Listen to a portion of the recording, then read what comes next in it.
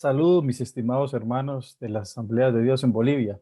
Qué bendición me da el Señor de poder compartir con ustedes en medio de este Congreso Nacional de Misiones la participación con un tema que apasiona mi alma y nuestro ministerio desde hace unos 30 años, cuando el Señor empezó a inquietarnos con cómo nuestra vida podría contar para las misiones.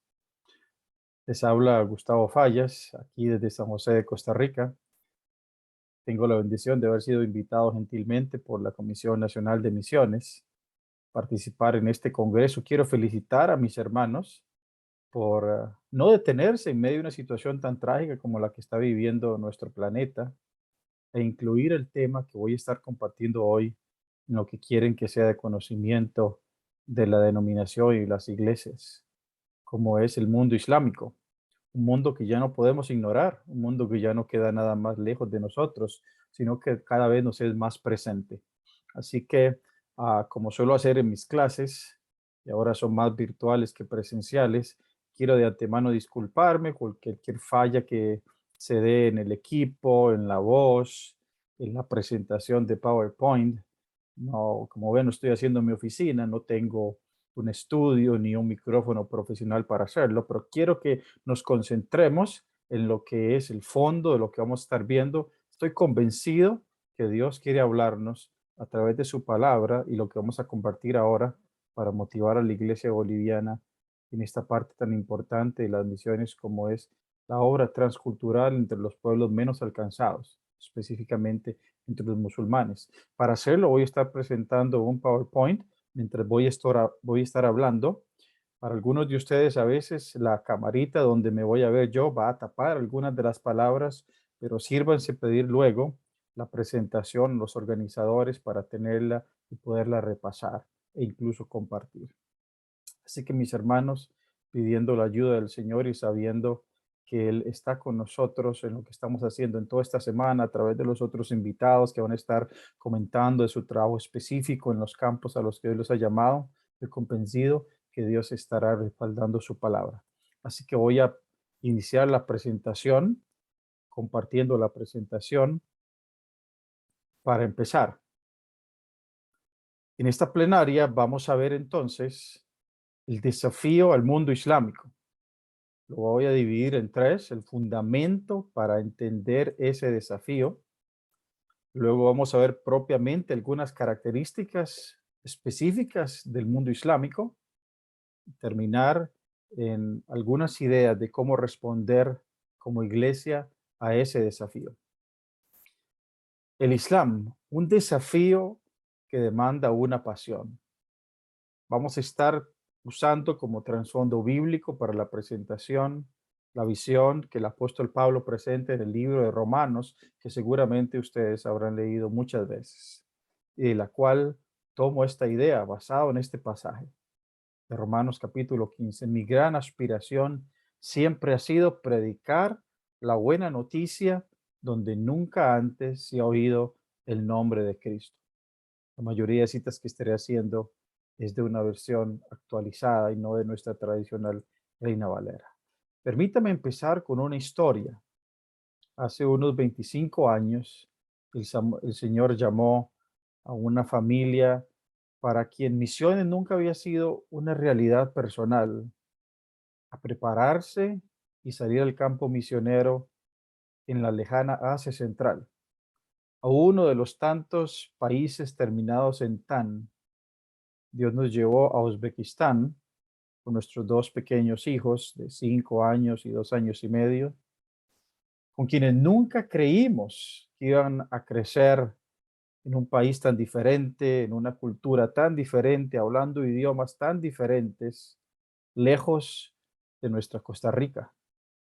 A diferencia de los bolivianos y peruanos y otros andinos que conozco, no tenemos en mi país ese espíritu viajero de descubrir tierras, de por el placer mismo de viajar, de exponer su música y su cultura, como tantas veces hemos visto en mi país, en otros lados, a, a compañeros de Perú o de Bolivia.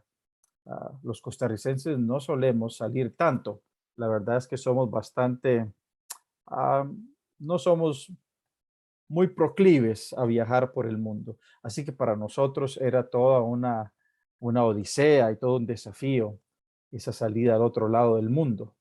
Quiero empezar con una historia de algo que me sucedió aproximadamente dentro del primer año de vivir en Asia Central y mientras compartía con mi profesor de idioma, con quien estaba aprendiendo después de mis primeras clases uzbeco espiritual, utilizando la Biblia. Este era un joven, profesor universitario, que había tenido cierto contacto con cristianos, aunque no estábamos muy seguros si él había dado algún paso de fe o no. Y nuestra esperanza siempre era que Dios tocara definitivamente su corazón. Estábamos leyendo algún pasaje sobre la palabra del Señor que enfocaba el destino de los que no creían en Jesús. Creo que era esta historia del rico y Lázaro.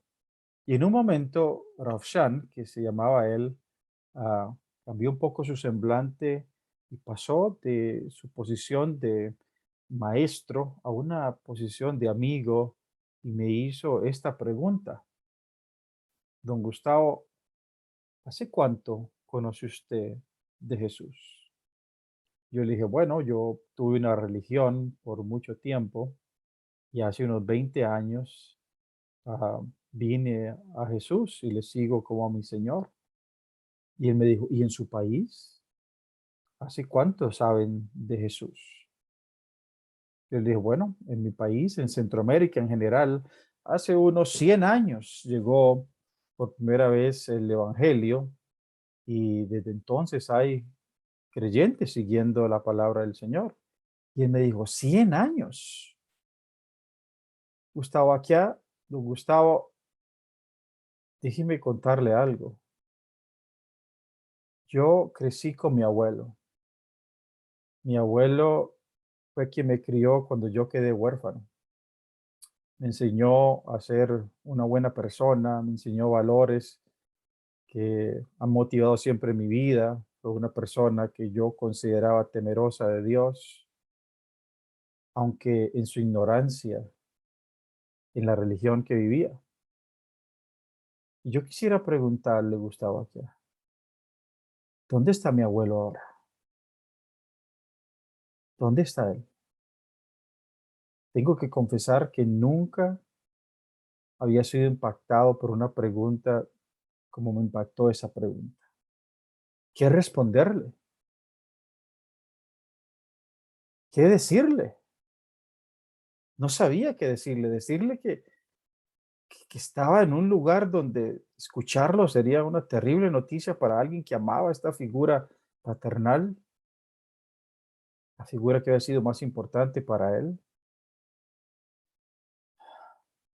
Guardé silencio un poco y él repitió la pregunta, pero ahora más incisiva. Metió más a fondo la daga.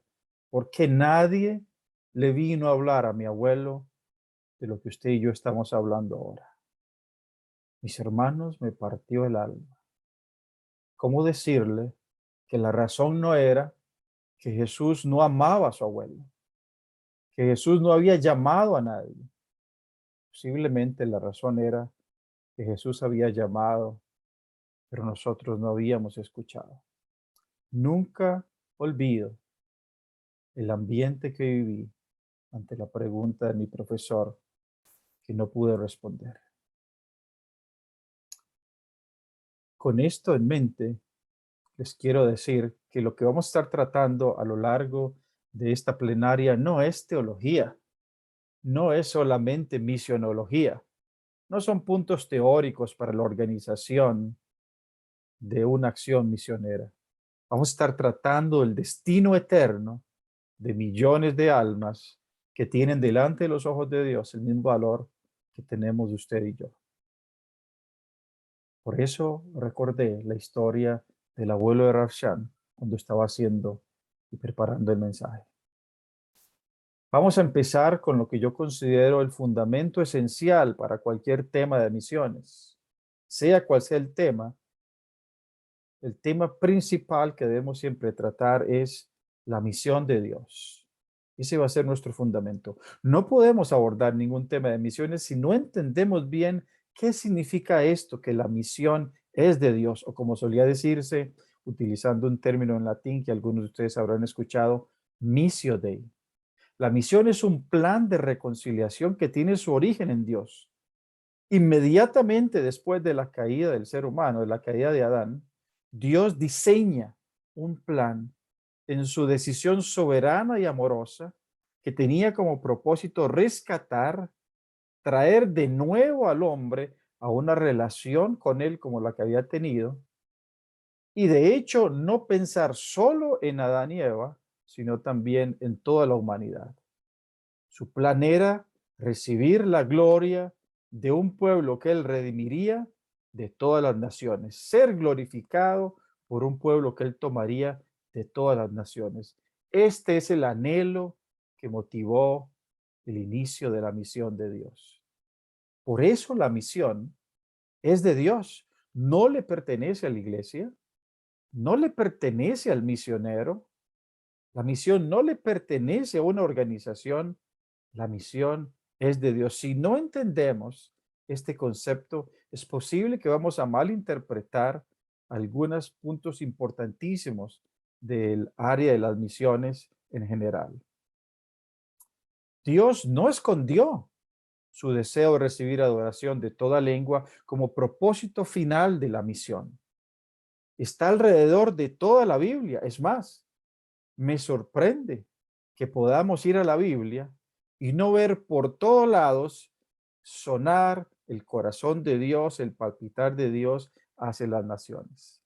Por eso me he tomado la libertad de dedicar un par de minutos a este tema y pedirle a usted en este momento que, si es posible, ahí donde está, cierre sus ojos un minuto para escuchar un ejemplo, algunos versos que he sacado de muchos más que en la Biblia muestran el corazón de Dios hacia su misión.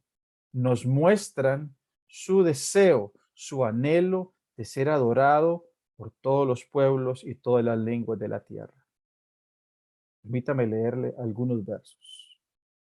A través tuyo, todas las naciones de la tierra serán benditas, para que todas las naciones de la tierra te conozcan y te teman. Alaben al Señor todas las naciones, declaren sus maravillas todas las naciones, familias de toda la tierra, canten al Señor, denle al Señor la gloria que Él merece. Alaben al Señor naciones todos, pueblos todos, cántenle alabanza. Que sea conocida en la tierra tu camino, en las naciones tu salvación. Que te alaben, Señor, todos los pueblos, que todos los pueblos te alaben. Vayan por todo el mundo y prediquen el evangelio a toda criatura. Y en su nombre se proclamará el arrepentimiento y el perdón de pecados a todas las naciones. Y cantaban un cántico nuevo que decía: con tu sangre nos redimiste para Dios, de toda raza, lengua, pueblo y nación. ¿Puede escuchar el corazón de Dios? ¿Puede sentir usted su palpitar por todas las naciones? ¿Se da cuenta de que es una idea repetida, no encubierta, no para unos cuantos entendidos, sino que Dios constantemente trae de nuevo, tanto en el Antiguo Testamento como en el Nuevo Testamento, lo que es su anhelo para los pueblos de la tierra, que le conozcan y le alaben todas las naciones? Es imposible ir a la Biblia y no descubrir el anhelo del corazón de Dios y la razón de su misión. Todas las naciones, todos los pueblos. Este deseo de Dios no empezó con la gran comisión, no. Este deseo no empezó en el libro de Mateo al final y en el Nuevo Testamento. Desde el Edén, desde el Génesis y hasta el Apocalipsis, de hecho, le cité versos de Génesis y de Apocalipsis, usted puede ver el palpitar del corazón de Dios para las naciones. Esto no es una moda misionera. Esto no es una nueva palabra que se está utilizando en este tiempo para promover las misiones. Estamos hablando del propósito final de la historia humana según lo ha diseñado Dios mismo, según su propia iniciativa. Y pensando en las naciones y en los pueblos que Dios anhela que le adoren, es que nos planteamos el desafío del mundo islámico. ¿Cuál es la realidad que tenemos enfrente cuando pensamos en el Islam? ¿Quiénes son? ¿Dónde están? Después de tener claro el desafío del fundamento de la misión de Dios para la mejor interpretación, entendimiento de cualquier tema relacionado con misiones, nos podemos preguntar, ¿están incluidas las etnias musulmanas entre esas naciones de quienes Jesús desea adoración? ¿Son parte los pueblos musulmanes del mundo de ese plan eterno diseñado por Dios para que su nombre reciba gloria de todas las lenguas de la tierra? Empecemos por desafiar algunos de nuestros prejuicios. Mientras vivimos en el mundo islámico, nos dimos cuenta que tanto nosotros como los musulmanes tienen prejuicios, nosotros hacia ellos y ellos hacia nosotros. Cuando le preguntas a un musulmán por sus prejuicios sobre cómo son los cristianos, te van a decir inmorales, tomadores y borrachos, comedores de cerdo. Sus mujeres muchas veces visten de forma inmoral y sus hombres engañan a sus mujeres. Además, no viven según el ejemplo de Jesús, el profeta. Son algunos de las ideas que escuchamos. Nosotros también tenemos prejuicios hacia los musulmanes. Pensamos que, por ejemplo, todos son árabes, cuando hoy en día la inmensa mayoría de musulmanes son asiáticos y no árabes. Todos son violentos, terroristas, listos para inmolarse. Odian a los cristianos. Son enemigos jurados de Israel. Sus mujeres son explotadas cruelmente. Y algo muy importante para nosotros, es inútil predicarles porque nunca se convertirán. Lo he escuchado. He escuchado aún a cristianos decir, van a ir al infierno y eso es lo que merecen, como si nosotros mereciéramos otra cosa. El Islam nace en Arabia, en un lugar relativamente alejado de la civilización, de los poderes más importantes de la época. En el siglo VII, Mohammed, su profeta, muere en el año 632, habiendo reunificado las tribus beduinas que formaban las tribus principales de la península arábica y empezando una expansión impresionante que los llevó en unas cuantas generaciones a conquistar territorios que antes pertenecieron a los cristianos, como el Medio Oriente y el norte de África, que ha producido aún teólogos tan famosos como Agustín o Tertuliano, llegando hasta Europa, moviéndose hasta la China y la India y el sudeste asiático. Hoy en día con importantes minorías también en Europa y América del Norte. Su base principal es un estricto monoteísmo. Solo existe un Dios a quien nosotros adoramos, muy similar al concepto monoteísta de los judíos. Además, creyendo que Dios enviaba profetas a la tierra, y así como había enviado a Abraham, a Moisés, a David y a Jesús, a quienes los hombres no habían escuchado y seguido sus palabras, finalmente envió al profeta Mohammed como el último profeta enviado con un mensaje de parte de Dios a la humanidad. Y poniendo como base de su fe la revelación que el libro que Dios había hecho al profeta Mohammed, que es el Corán, que es el único que trae guía recta y luz para todas las naciones hoy en día. Así empezó el Islam y así se está extendiendo. Además de algunos principios que deben creer, como de que existe un solo Dios, que Dios envía profetas, que Dios revela libros sagrados a esos profetas, que habrá un juicio final, etcétera. Los musulmanes son demandados de no solo creer, sino de practicar su fe. Deben confesar literalmente con sus labios que no hay Dios sino Alá y Mohammed es su enviado. De hecho, para que una persona pase de cualquier religión a convertirse al Islam, debe hacer esta confesión en árabe. No hay Dios sino Alá y Mohammed es su profeta. Oran 5 veces al día, algo que siempre nos impacta como cristianos. No he estado en ningún lugar donde hable de este punto y los cristianos no digan, wow. comparten sus bienes con la organización islámica y con los pobres. Ayunar para purificar su alma una vez cada año durante un mes. Y peregrinar en la medida de sus posibilidades, al menos una vez en su vida, a Tierra Santa, que en su caso es nuestro equivalente de Tierra Santa, sería la Meca en Arabia Saudita. Estos son los musulmanes. Y voy a presentar ahora 4 desafíos que el mundo islámico nos presenta como iglesia hoy. No creo que sean los únicos, pero creo que son los más importantes. Primero, el desafío del escaso fruto que hemos tenido. El grupo étnico religioso menos alcanzado en toda la historia del cristianismo son los pueblos musulmanes. El 94% de las etnias musulmanes viven en aquella famosa franja de tierra que hace unos 25 años empezó a tener una fuerza importantísima, como es la ventana 1040. Ahí estaban las 3 religiones más grandes, menos alcanzadas de la humanidad, y dentro de ellas el Islam son los menos alcanzados de los no alcanzados. De las 4.035 etnias musulmanas, el 85% se consideran no alcanzadas. O sea, una inmensa mayoría de las etnias musulmanas en el mundo son etnias que todavía no han escuchado el Evangelio de Jesús, no conocen cristianos nacidos de nuevo, tienen ideas muy distorsionadas de lo que es ser cristiano, nunca han visto una persona que ora, nunca han visto una persona que ama a Dios, que tenga un nombre diferente que ser musulmán.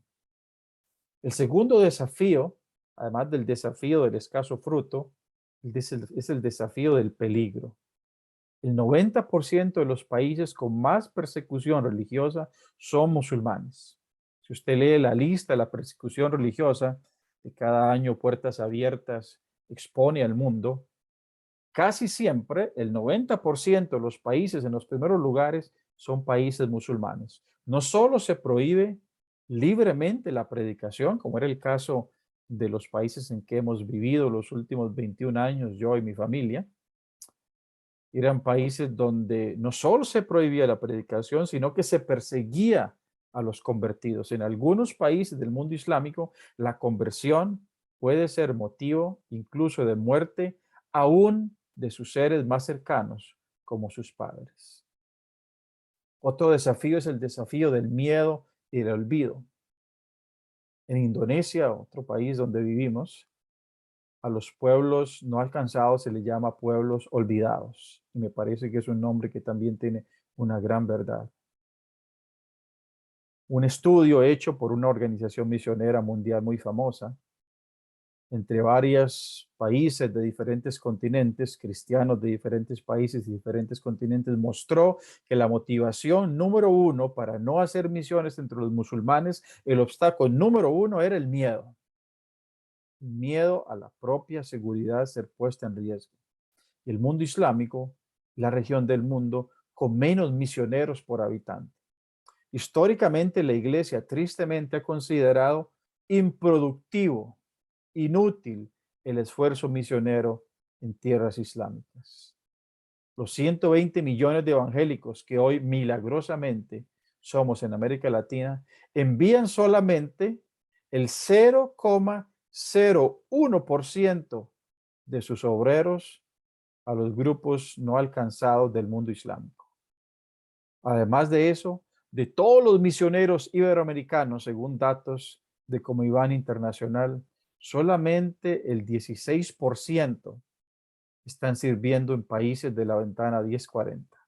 Comparado, por ejemplo, con el 35% que están sirviendo en otros países de América Latina. Ciertamente, el mundo islámico son los pueblos olvidados por la iglesia y su acción misionera. Y el desafío de su crecimiento.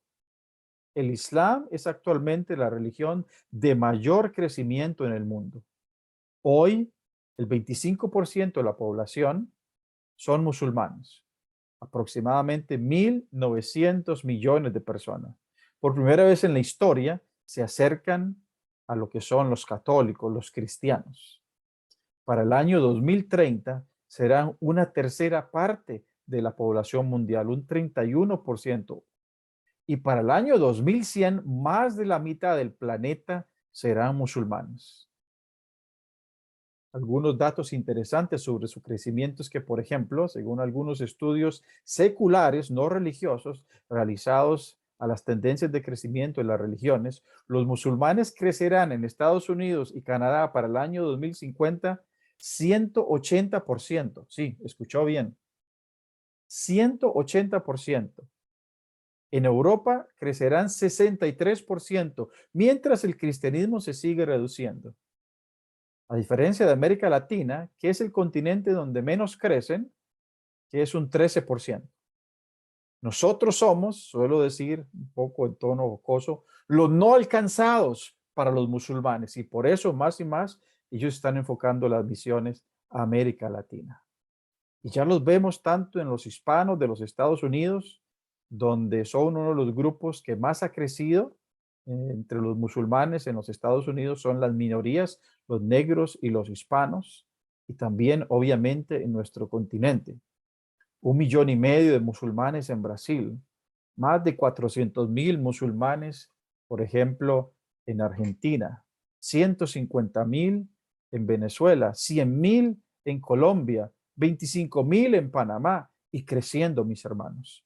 Seguramente ustedes habrán sido testigos de verlos en las calles de su país. De hecho, mientras hacía y preparaba esta presentación, vi algunos videos de la Asociación de la Comunidad Islámica de Bolivia en Internet, que tienen en Facebook, donde presentaban conversiones públicas de bolivianos al Islam en las calles de ciudades de Bolivia.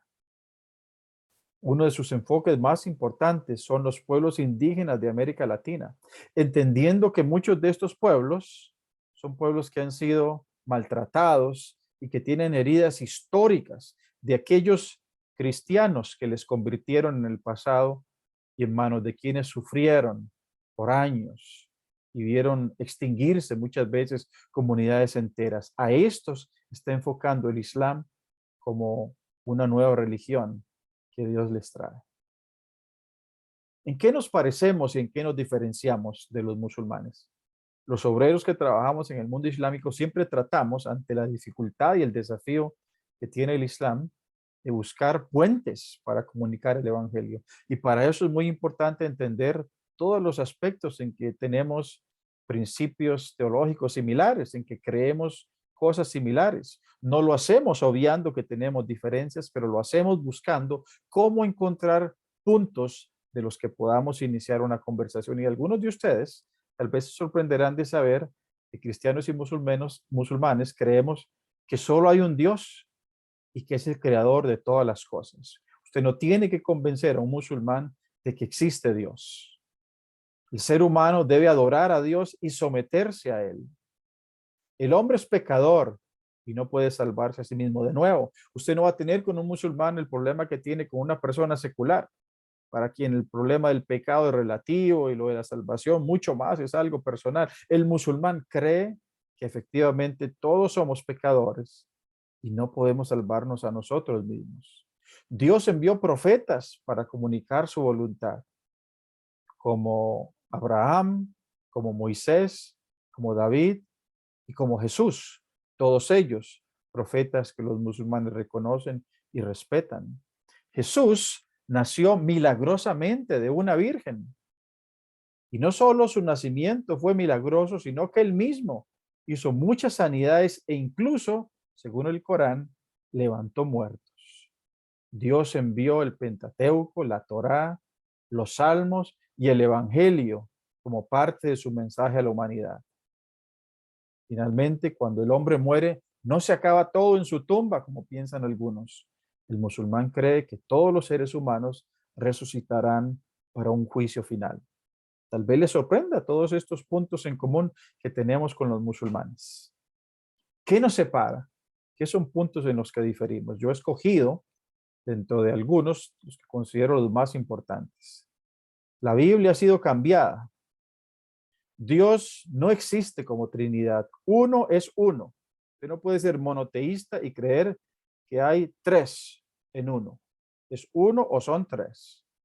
Jesús es un profeta, respetado, admirado, pero profeta, no es Dios. Jesús no murió ni resucitó.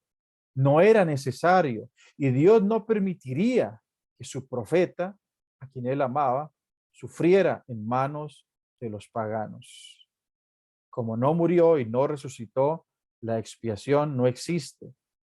No existe el pago por nuestros pecados, porque de hecho, según el Islam, ninguno puede pagar por los pecados de otro. Cada uno pagará por sus pecados. Como Jesús no murió por nosotros, la justificación por fe no existe. No es posible. No es posible solo salvarse por algo tan fácil como creer. Usted tiene que hacer cosas para agradar a Dios. En esto nos diferenciamos del Islam.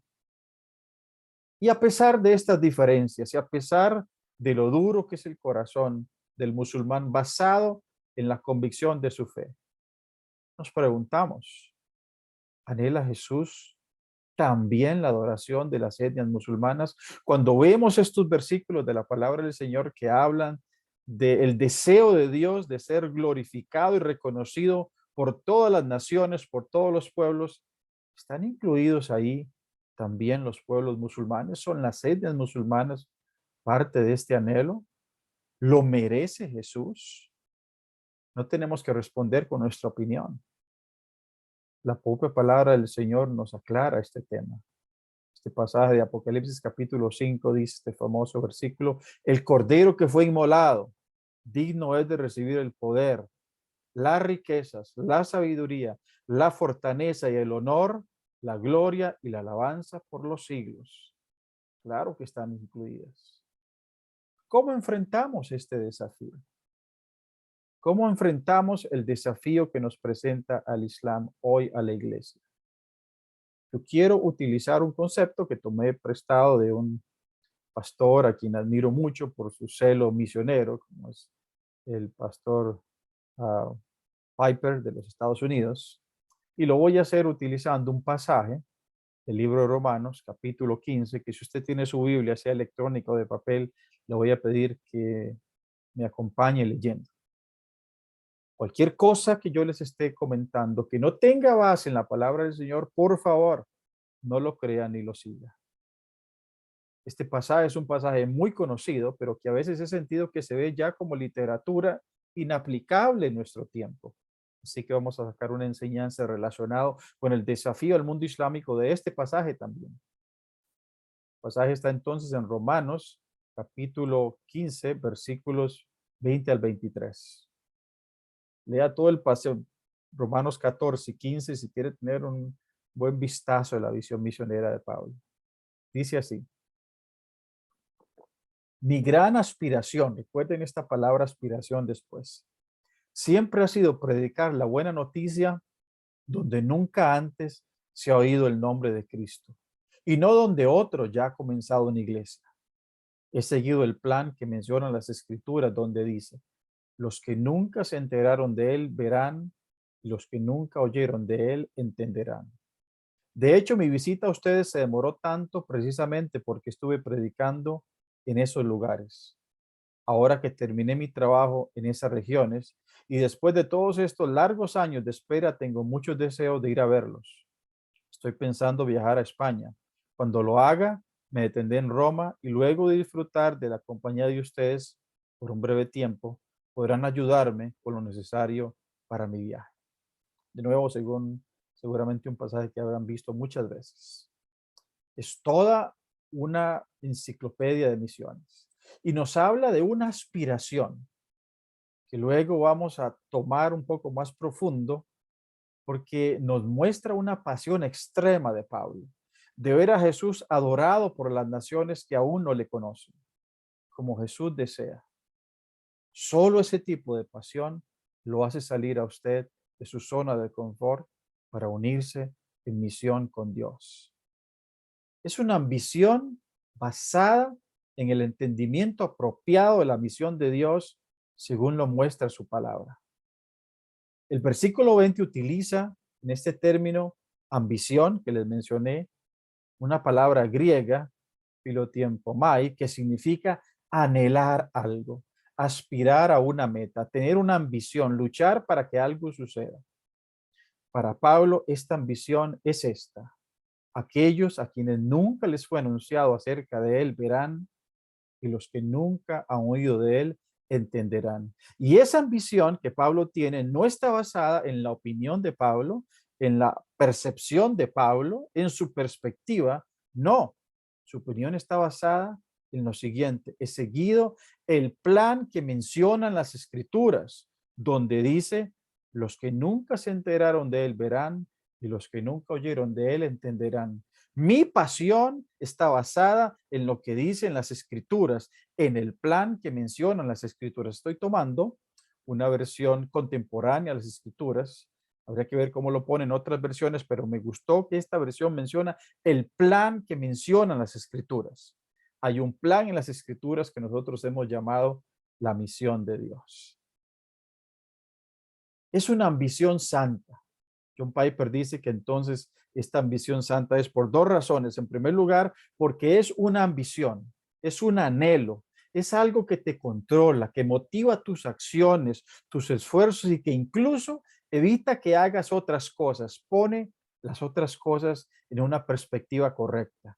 Y es santa porque está enfocada en lo que Dios quiere, en lo que ha revelado en su palabra, no en lo que usted desea, no en las metas de Pablo, no en sus propias ambiciones, sino en lo que Dios ha revelado en su palabra. Y esto coincide totalmente con el llamado del apóstol Pablo que él menciona en Hechos capítulo 26, cuando está haciendo su defensa, que dice, sí, te envío a los gentiles para que les abra los ojos a fin de que pasen de la oscuridad a la luz. Eso es la misión, pasar de la oscuridad a la luz y del poder de Satanás a Dios. Eso es la misión. Entonces recibirán el perdón de sus pecados y se les dará un lugar entre el pueblo de Dios, el cual es apartado por la fe en mí. ¿Lo leen? Recibirán el perdón de su pecado los gentiles y les daremos un lugar entre el pueblo de Dios, el cual es apartado por la fe en mí. Los gentiles siendo tomados e injertados en el pueblo de Dios. Y esta promesa usted sabe que es cierta porque se cumplió en usted. Usted es ese gentil que antes estaba en tinieblas y que por el ministerio misionero pasó a la luz y hoy es parte del pueblo cuyos pecados han sido perdonados. Pero la historia no queda en usted. La historia no quedó en aquellas personas que escucharon a Pablo. La historia no quedó en aquellas personas que escucharon a los apóstoles o a la iglesia primitiva. La historia sigue y así como le llegó a usted, pues Dios quiere que le llegue a otros. ¿Conocemos, hermanos, este tipo de ambición? ¿La hemos experimentado? ¿La entendemos? Una ambición por la gloria del nombre de Dios entre las naciones, que nos controla, que nos impulsa, que hace que todo lo demás parezca pequeño y sin importancia, que pone las cosas de la vida en la perspectiva correcta, que nos enfoca en esa meta basada en la palabra del Señor, que es esta, que el cordero que se sacrificó, que el cordero que fue inmolado, reciba la oración que merece de toda lengua en este mundo. Para eso, mis hermanos, la primera respuesta al desafío, según nos muestra este texto, es el misionero que llamamos fronterizo.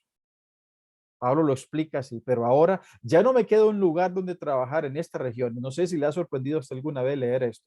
Cuando él dice, ya lo he terminado todo aquí donde estoy. Y es porque él considera que hay suficiente gente para seguir la obra ahí y él tiene que moverse a otros lugares. Seguramente habría todavía gente ahí que no había escuchado el evangelio. Habría pueblos donde no se habría predicado el evangelio y era necesario predicarlo. No valen menos que otros, pero para Pablo su llamado era específicamente un llamado a dejarlo todo y seguirle hasta lo último de la tierra. Ese es el misionero fronterizo. No son mejores, mis hermanos.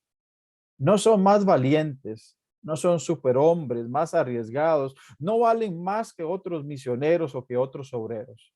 No se independizan de la iglesia que los envió. De hecho, su llamado, siendo sinceros, es un misterio soberano de Dios. Estoy convencido de que en esta semana Dios va a estar llamando a personas que entran dentro de esta calificación. Yo quiero hablarle a todos aquellos creyentes bolivianos a quienes Dios ha mostrado su amor. ¿Conoces esa ambición por su gloria, por ser conocido Jesús entre las naciones? Quisiera ser testigo de ese amor a los pueblos musulmanes que nunca han escuchado. Dios sigue llamando hoy a esos testigos de su amor, a quienes tienen un corazón que rebose de agradecimiento por el perdón de sus pecados. Y están dispuestos a arriesgarlo todo, todo por Él. Escucha llamando, el llamado es el mismo cuando caminó por esta tierra. Sígueme. Habrá personas escuchando que Dios está motivando a dejarlo todo por la gloria de su nombre entre los que nunca han escuchado. Síguele. La segunda respuesta al desafío es la iglesia que acompaña. El versículo 24 de este capítulo 15 dice: tengo planes de visitarlos cuando vaya rumbo a España. Espero que después de que haya disfrutado de la compañía de ustedes por algún tiempo, me ayuden a continuar el viaje. La iglesia que acompaña es el otro agente importante en la misión de Dios. El privilegio de participar en la misión de Dios es algo que Dios le ha dado a la iglesia, no solo al misionero. El llamado de Pablo no era para ser un llanero solitario, irse solo, despedirse de la iglesia y no volver nunca a tener contacto con ella. De hecho, él escribe a la iglesia en Roma, una iglesia que él no fundó, para motivarles a participar junto a él en la misión de Dios. Para llegar a Pablo, Pablo confiaba que esa iglesia tendría el mismo llamado y la misma pasión que él tenía, que Jesús fuera conocido por las naciones bárbaras. Aunque la misión es de Dios, en su soberanía, Dios ha puesto en las manos del misionero y la iglesia que acompaña dar a conocer su nombre entre las naciones. Por eso su advertencia seria de Romanos capítulo 10, versículos 14 y 15, donde usted va a ver tanto la figura del misionero como la figura del enviador. Ahora bien, ¿cómo invocarán a aquel en el cual no han creído? ¿Y cómo creerán en aquel de quien no han oído? ¿Y cómo oirán si no hay quien les predique, el misionero? ¿Y cómo predicarán si no fueren enviados, la iglesia que acompaña? Aquí hay una acusación de alguna forma, un cargo de cómo se convertirán las naciones que Dios quiere que alaben a Jesús si no hay misioneros que vayan y no hay iglesias que envíen. Para enviar y acompañar también se requiere una ambición, una pasión por la gloria de Dios entre las naciones, una rebelión contra las tinieblas reinantes entre los no alcanzados hoy. Y todo esto por una sola razón que motiva nuestro corazón. Al que está sentado en el trono y al Cordero, sean la alabanza, la honra, la gloria y el poder por los siglos de los siglos. Esa es la motivación principal de quien hace de la gloria del Cordero lo mayor de su vida. Les hablo a ustedes, hermanos pastores, líderes, maestros, servidores, diáconos, creyentes de Bolivia, el que tiene 1 año y el que tiene 50 de seguir al Señor, a todos aquellos que han experimentado perdón y por eso le aman mucho. Tendremos iglesias con tanta pasión por la gloria de Jesús entre las naciones que quieran enviar a otros apasionados como ellos para que brillen en medio de las tinieblas. A estos les pregunto también, ¿escuchan el llamado de Jesús? Es el mismo. Sígueme. La última nota que quiero hacer es el desafío del Islam, que nos impone como iglesia el unirnos para poder hacer la tarea de la misión de Dios.